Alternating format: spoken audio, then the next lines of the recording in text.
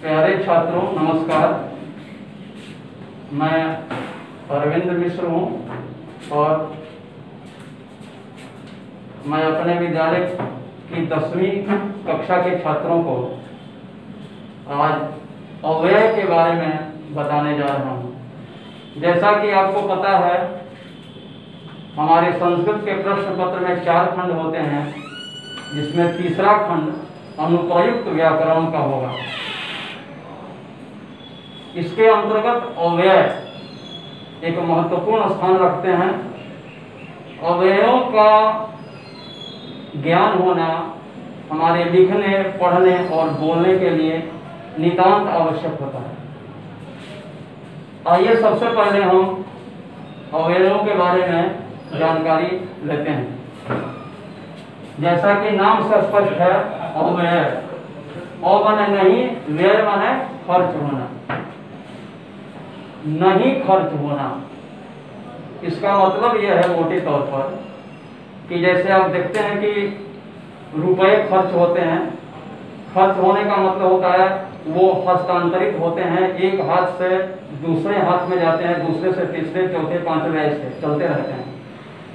तो जो गतिमान होता है वह होता है खर्च होने वाला। जो स्थिर होता है उसे कहते हैं कि यह स्थिर है या खर्च नहीं होता। तो खर्च नहीं होने का मतलब यहाँ है कि ये जो पदांश होते हैं, शब्दांश होते हैं, ये कभी चलते नहीं। किसी भी स्थिति में, किसी भी सूरत में इनमें कोई परिवर्तन नहीं होता। और संस्कृत व्याकरण में इनकी परिभाषा इस प्रकार बताई गई है। सदृशम त्रिषु लिंगेषु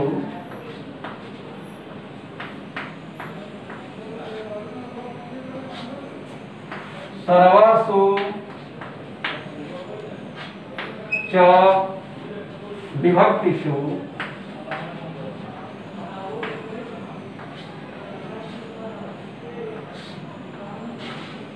वचनेषु च सर्वेषु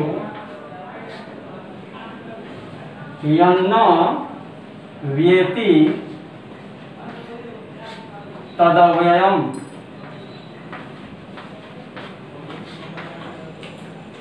मतलब ये कि सदृशम त्रिषु लिंगेषु, संस्कृत में 3 लिंग होते हैं, तो तीनों ही लिंगों में सर्वासु च विभक्तिषु, सभी विभक्तियों में, और वचनेषु च सर्वेषु, और सभी वचनों में।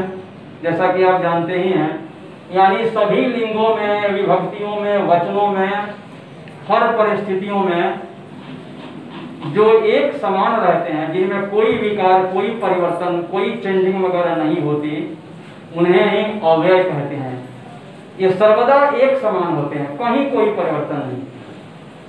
अब इनकी जानकारी होने से हमारे बोलने में, लिखने में, रचना करने में, सारी चीज़ों में हमें सहूलियत होती है।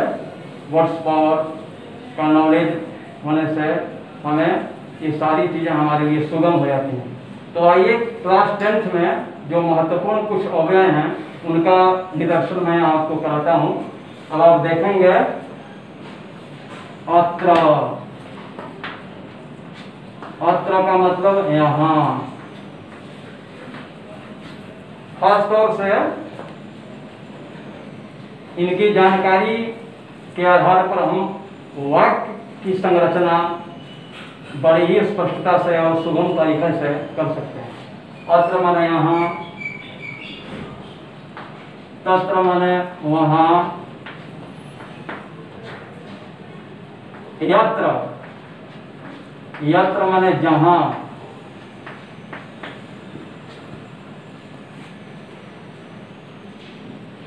सर्वत्र, सब जगह,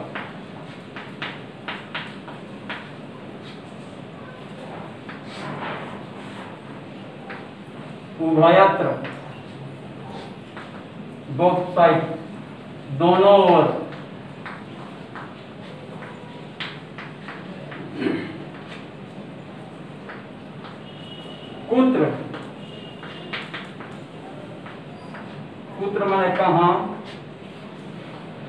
क्व, क्व का मतलब ही कहाँ, इसका पर्यायवाची है ये इन्होंने। उसके बाद संप्रति, सांप्रतम,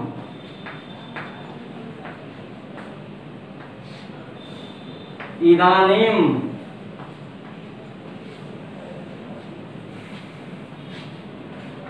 अधुना,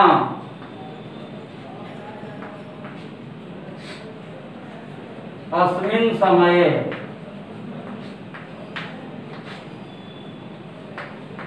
अस्मिन् क्षणे वा, मतलब इन सबों का एक ही मतलब है, इस समय।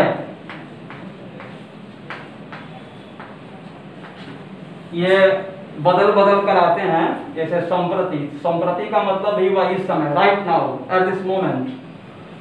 सांप्रतम का मतलब भी हुआ इस समय, अभी। इदानीम का मतलब भी वही हुआ, इस समय। अधुना का मतलब भी वही हुआ, अस्मिन् समय, इस समय। अस्मिन् क्षणे, मुहूर्ते, वापि, जो भी इसमें। उम्मीद है आपने इसको नोट कर लिया होगा, और मैं इनको मिटाकर आगे बताता हूँ।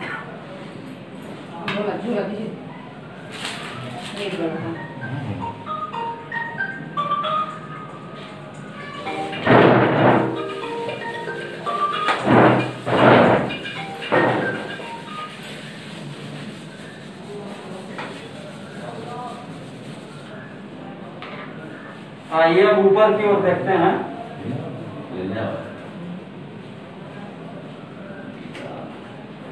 यादा, यदा माने जब, तदा तब, कदा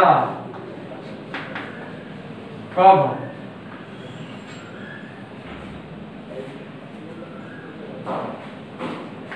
सर्वदा हमेशा,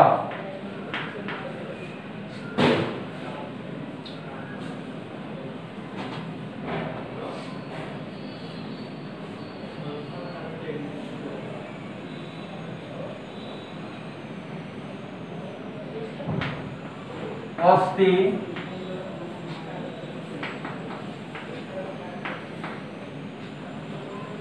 वर्तते,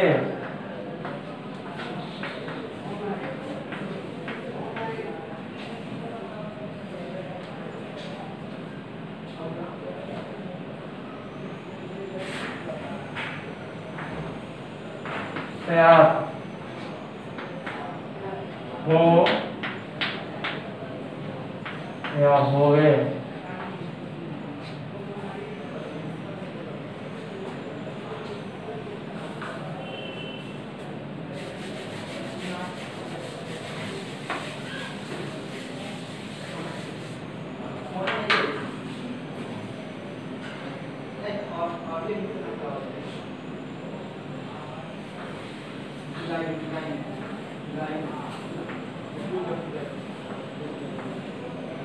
अद्य प्रभृति,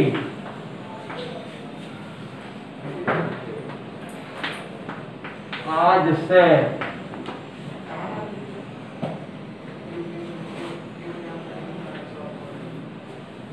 तदा पर्यंतम, तब तक।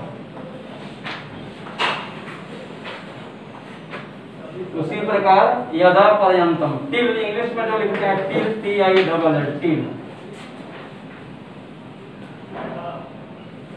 इवन नाउ, टिल नाउ, यदा पर्यंतम, जब तक।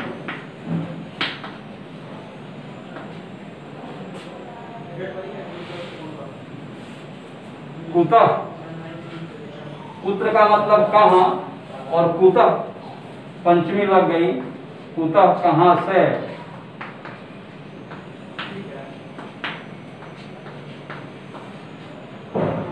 बही, बही का मतलब होता है बाहर, बाहर, अंतः,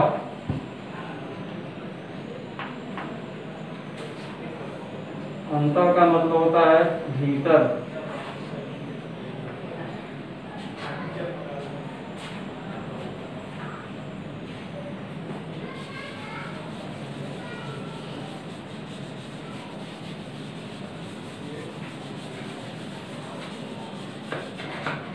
इस प्रकार ये जो अवयव हैं इन्हें बिल्कुल रट ही लेना चाहिए और बार बार इनके द्वारा वाक्य बनाने चाहिए ताकि हमारा अभ्यास परिपक्व हो सके।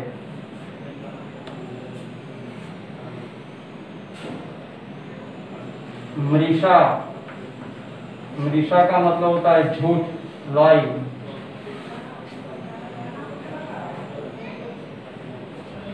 क्रोडे, गोद में।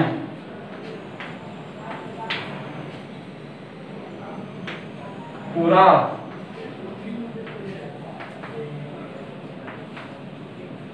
प्राचीन समय में या पुराने समय में।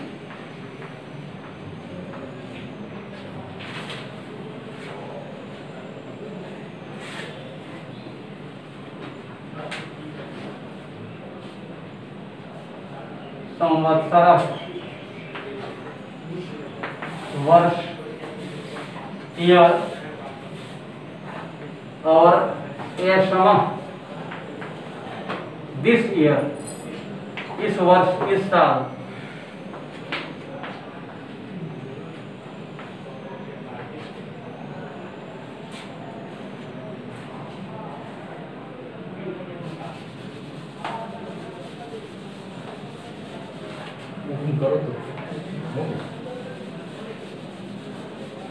तो प्यारे बच्चों, खास तौर से ये मैं आपको अवयव बता रहा हूं जो मुख्य अवयव हैं और ये अवयव आपकी बुक पर आधारित होंगे। जो जितने चैप्टर्स आप पढ़ेंगे उन चैप्टर्स के अंदर से जो पंक्तियां होंगी उन्हीं में इनका प्रयोग होगा और खास उदाहरण के तहत आप टुगेदर विद के द्वारा इनको फिलअप करने की कोशिश करेंगे। इसी प्रकार से आपकी परीक्षा में ये अवयव आएंगे।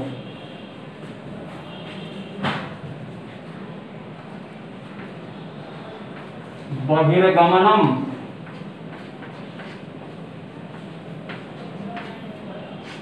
बाहर जाना।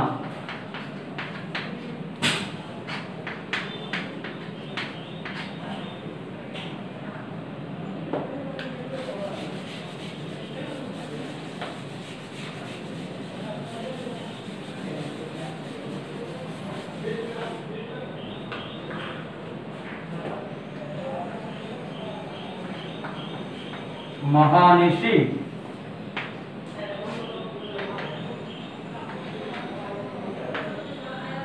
आधी रात में, एट मिडनाइट।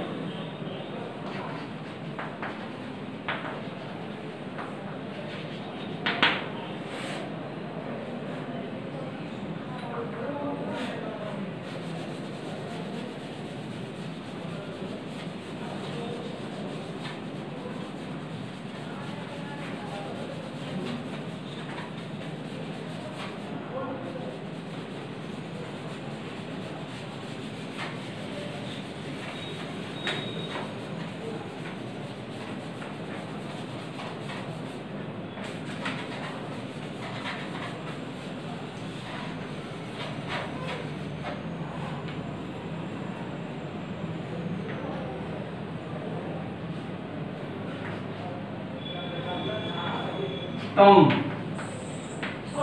उसको।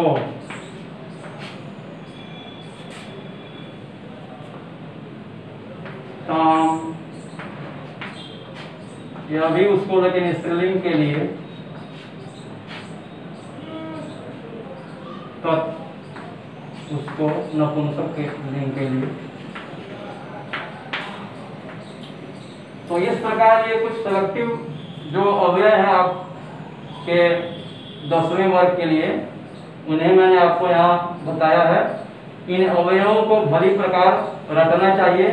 रटने के बाद बार बार प्रतिदिन एक बार इनका स्मरण हो तो ये जल्दी से जल्दी कंठाग्र होंगे और आपकी लेखनी द्रुत गति से इनके प्रयोगों में सफल हो पाएगी। इन्हीं के आधार पर आप आगे लगातार प्रयोग करेंगे, प्रैक्टिस करेंगे, तो आने वाले दिनों में आपका अभ्यास इन पे दृढ़ होगा और आपकी परीक्षा के मद्देनजर आपकी ये तैयारी पूर्णता की ओर अग्रसर हो सकेगी। धन्यवाद।